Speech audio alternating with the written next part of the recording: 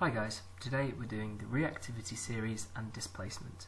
So by the end of the lesson you should be able to determine the order of reactivity from experimental results, should be able to define and explain displacement, and you should be able to safely perform an experiment. Now obviously that last one we won't actually be able to do because of the lockdown, but we are going to look at some videos of it. So first things first, as always, the starter. Just got 3 quick questions for you to answer. First, sodium reacts violently with water. What is produced? And what is the MR of each of the products?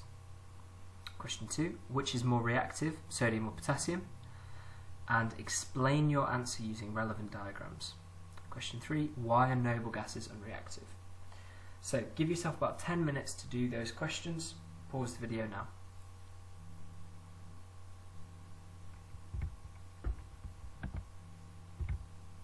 Okay, our answers. That first question, if we react sodium with water, we produce sodium hydroxide and hydrogen. The MR of sodium hydroxide is 40, and the MR of hydrogen is 2. Now, the MR of hydrogen is 2 because it's one molecule of hydrogen is H2. So, which is more reactive, sodium or potassium? And then explain your answer. So, potassium is more reactive. So if you draw a diagram of sodium with 1 electron on the outer shell, you get 1 mark, and a diagram of potassium with 1 electron on the outer shell, you get another mark. Showing that potassium has more shells than sodium gets you another mark. And then we've got to say that this means that the outer electron is further away from the nucleus, for 1 mark, so therefore it is easier to lose for your 5th and final mark. So, why are noble gases unreactive? Because they have a full outer shell, so they do not gain or lose electrons, which is what is needed for atoms to react. Okay, what is displacement? What I'd like you to do is write a short paragraph describing what you think displacement is. So do that in your books for me, and use the diagram below here to see if you can work it out. So pause the video here, write a short paragraph describing what you think displacement is based on this diagram here, which shows displacement.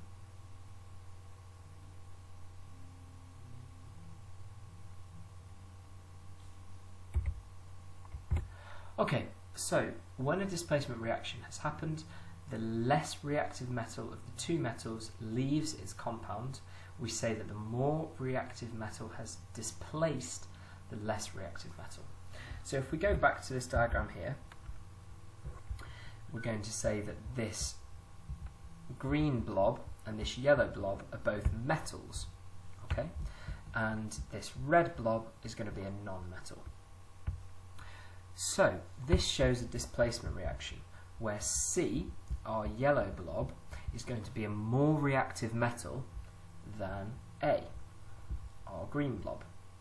So what this is showing is our more reactive metal is able to kick out the less reactive metal from the compound it was in and take its place. So effectively it's going to steal the red blob from A, the green blob.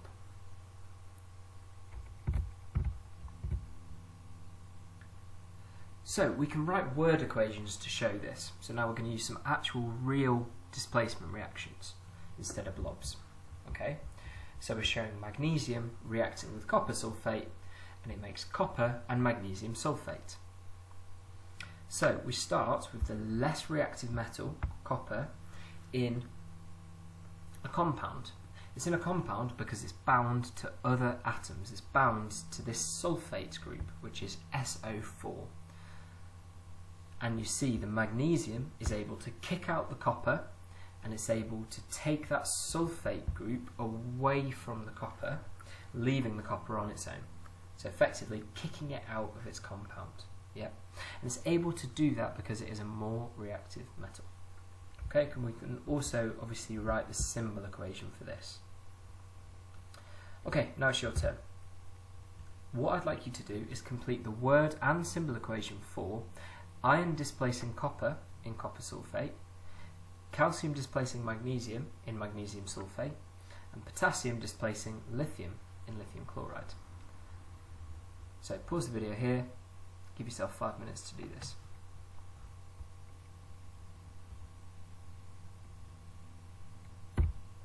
So our answers. So iron plus copper sulfate goes to iron sulfate plus copper. So the iron and the copper have switched places. The iron has displaced copper. And here's our symbol equation. Calcium plus magnesium sulfate goes to calcium sulfate plus magnesium. Again, the calcium and magnesium have switched places. The calcium is now in the compound and the magnesium is now on its own. And there's our symbol equation. Potassium plus lithium chloride goes to potassium chloride plus lithium with a symbol equation. And that's it. So how do we tell if displacement will happen? And this is a bit of a cheat sheet, so if you want to write this down, it's probably a good idea. So our first step is we're going to identify which metal is more reactive, and if the more reactive metal is already in the compound with other elements, nothing is going to happen. If the more reactive metal is not in the compound, it's going to swap places with the metal in the compound.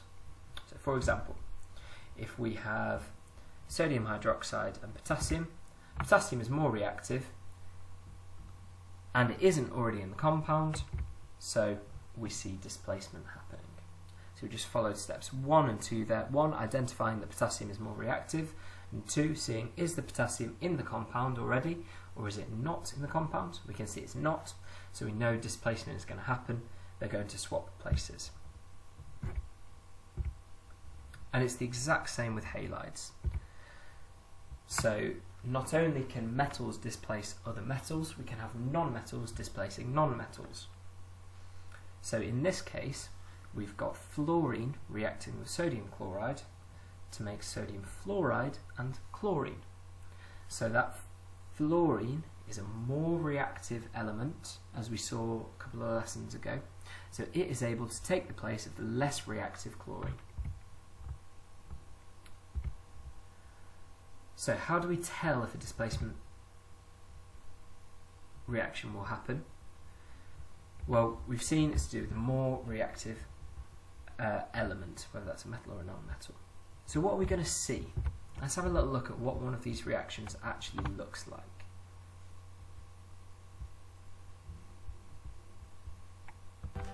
Hi students, in today's experiment, we will be looking at the displacement reaction of metals. The chemicals that we will need are a beaker of copper 2 sulfate solution, as well as a strip of zinc metal. What do you think will happen if we were to place this piece of zinc into the solution? Let's find out.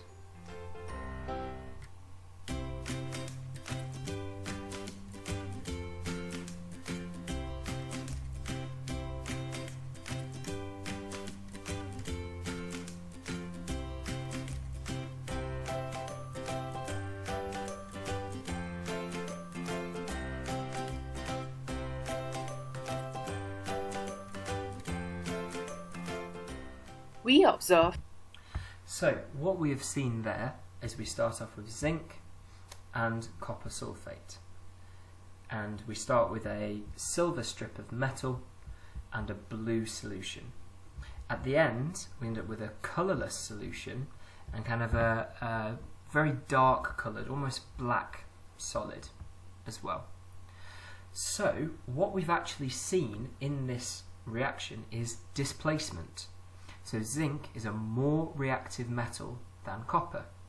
So what we see is the zinc can take the place of the copper in the solution. So we form zinc sulfate, and then this black solid left behind is copper.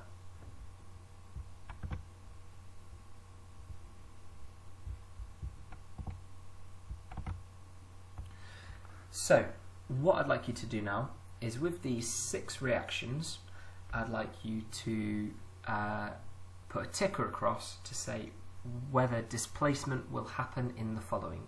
Remembering back to the 2 steps earlier, that will help us do this. See if you can give that a go. Identify which reactions will go ahead and which ones won't.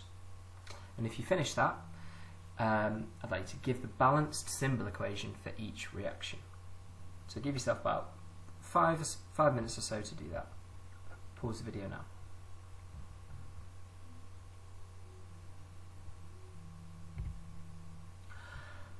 Okay, so for that first one we will see a displacement reaction because potassium is more reactive than sodium, so it will be able to take the OH group away from the sodium and leave the sodium on its own. So the potassium will displace the sodium. The second one, lithium, is less reactive than the potassium and it's outside of the compound, so there will be no displacement happening. In this third one, we've seen that fluorine is more reactive than chlorine, so it will take its place in the compound, forming sodium fluoride and chlorine gas. And to balance that, we're going to need 2 NaCl and 2 NaF. So, bromine is more reactive than astatine, so it is able to displace it, forming lithium bromide and astatine. For this fifth one, we can see that lithium is more reactive than magnesium, so it will form lithium chloride and magnesium. And this last one, our magnesium is less reactive than the lithium, so there will be no reaction. Okay, so now we're going to look at which metals are more reactive, and we're going to see if we can derive our own reactivity series. So in a second, we're going to watch a little video and watch a bunch of reactions happening. And from those reactions, we're going to see if there is a reaction. So if we do see a reaction, we're going to describe what we see, and if we don't see a reaction, we're going to write an X. So before anything else, I'd like you to draw out this table. Okay, and pay close attention to your table because it's laid out differently to the one in the video for reasons we'll see in a minute. So we're going to have our metals along the top, magnesium, zinc, iron and copper, and our compounds, or metal compounds, on the left hand side going down the table. So we start with magnesium sulfate, then zinc sulfate, then iron sulfate, then copper sulfate. So draw that out for me. And what we're going to see happen is what we see here. We're going to have a spotting tile containing 4 different metals in columns, and then we're going to have the 4 different metal solutions in rows, and we're going to combine every metal with every metal solution to see whether or not we see a reaction. Okay? So what you're going to do is watch the video, record your observations, and write what you see. Now, one very big hint before we start. If you see a reaction, then that means that displacement has happened.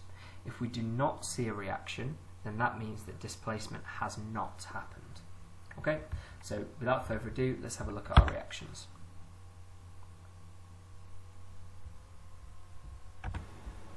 Here we're going to be looking at the reactivity of metals. So we have magnesium ribbon, magnesium sulfate, copper, copper sulfate, zinc, zinc sulfate, and iron sulfate. And I've just laid them out here. So we've got magnesium, copper, iron, and zinc. So here we are again. We have magnesium, copper, iron, and zinc. And in this one, I'm going to put magnesium sulfate. And all we need to do is just pop a few bits in and watch for the reaction. Just squash that down a little bit to get it all covered in the magnesium sulfate. I'll just pop a tiny bit more on top. So that's the magnesium sulfate. Then in this one here, I'm going to put copper sulfate.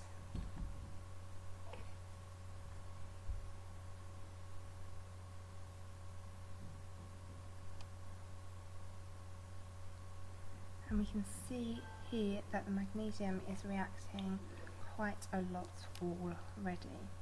We can see the zinc's going as well, and this one I'm going to put iron sulfate.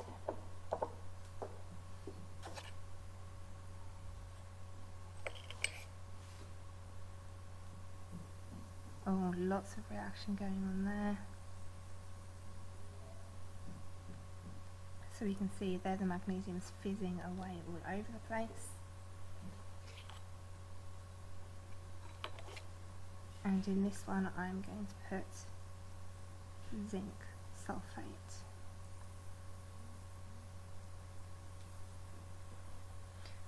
So there we go, there are our reactions, the obvious ones that you can see are the magnesium reacting with things.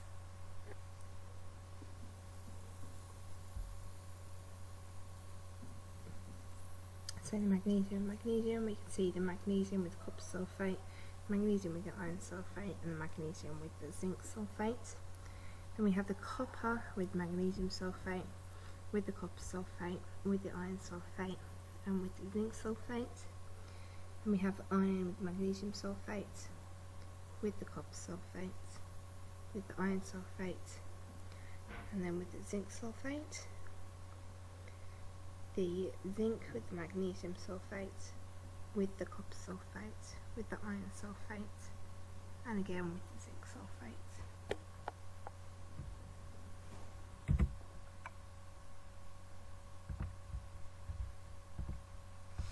Okay, so now we should try and fill this table out, and where there is a reaction, write what we saw, where there's not, draw a cross. So take as long as you need to fill that out.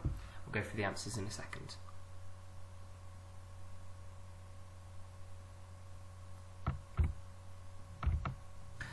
Okay, so here's our answers. So first thing to notice is that any metal cannot displace itself. Okay, so you'll never see a reaction between magnesium and magnesium sulfate, zinc or zinc sulfate, iron, iron sulfate, copper, copper sulfate. So all the ones on this diagonal will be crosses. Now we saw that none of the metals reacted with magnesium sulfate. So we should have crosses in the whole row that has magnesium sulfate in it. And we saw that with zinc sulfate, only the magnesium reacted with it, the others did not. With the iron sulfate, magnesium and zinc both reacted with it, the iron and the copper did not. And with the copper sulfate, everything reacted with it apart from the copper. So this is what we should have seen. So what's this telling us? So first of all, it's telling us that magnesium is the most reactive metal, because it is able to displace the zinc, the iron and the copper from the sulfates. It's able to react with them to get rid of the other metal from the compound and replace it in that compound instead. You will have seen that with a lot of fizzing, with colour changes, so magnesium is our most reactive. Our next most reactive is the zinc, because it is able to displace the iron and the copper. The iron is our next most reactive, so the third most reactive, because it is able to displace copper, and copper is our least reactive because it was not able to displace any of them. Okay, so what I'd like you to do now is write a little paragraph in your book. So using your results, I want you to decide which metal is the most reactive.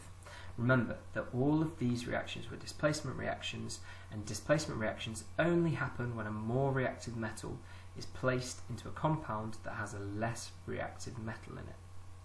So pause the video now, write yourself a little paragraph.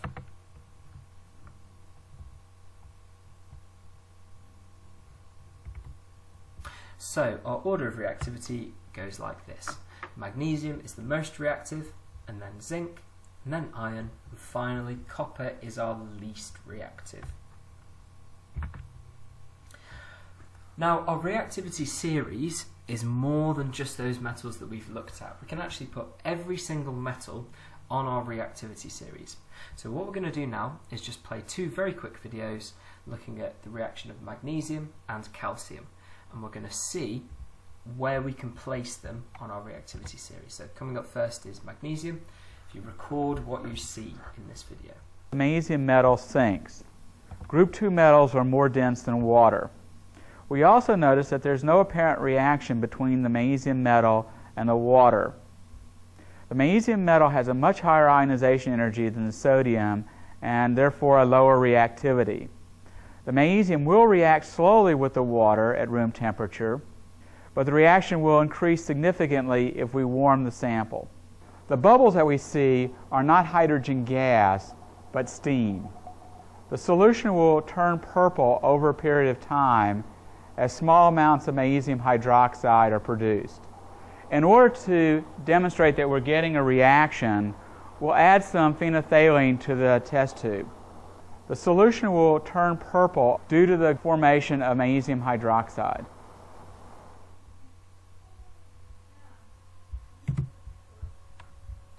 So, we've seen the reaction of magnesium and water. So we saw it'll bubble a little bit over time, and if we heat it up, then it will react. What about calcium now?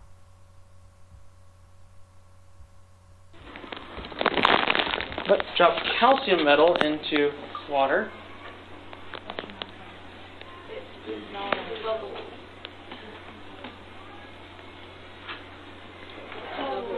You can see it bubbles.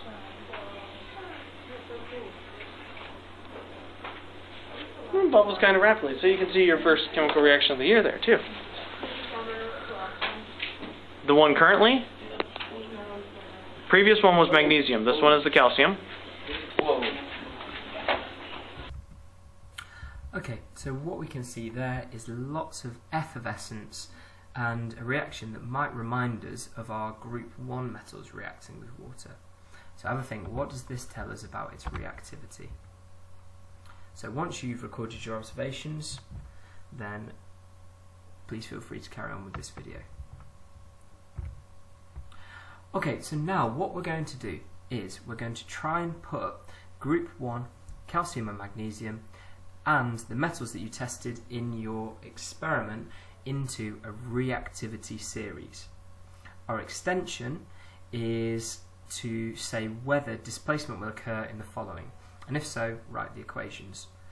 So pause the video here and give it a go. If you're still a little bit stuck, the next slide is a cheat sheet that I'm going to go on to in a second. But first, try without using that cheat sheet.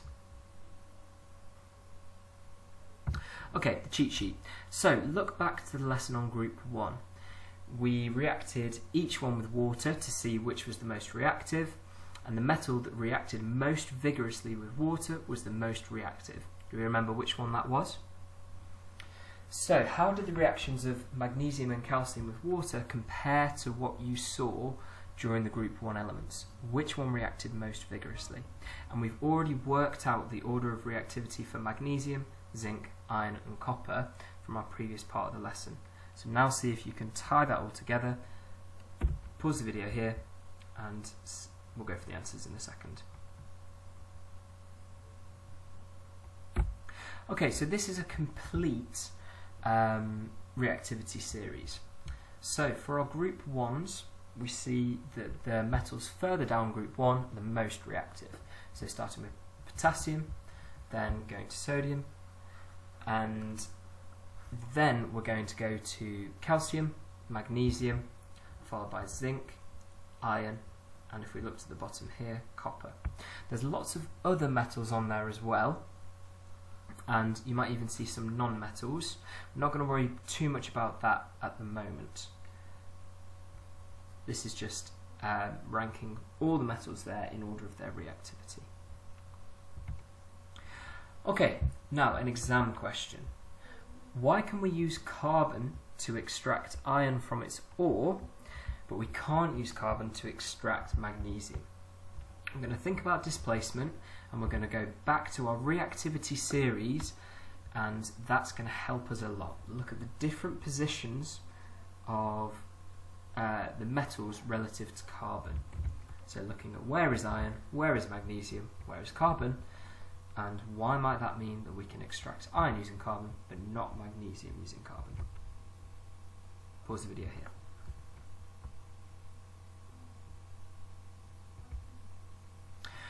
Okay, we can use carbon to extract iron from iron oxide, its ore, because carbon is more reactive than iron.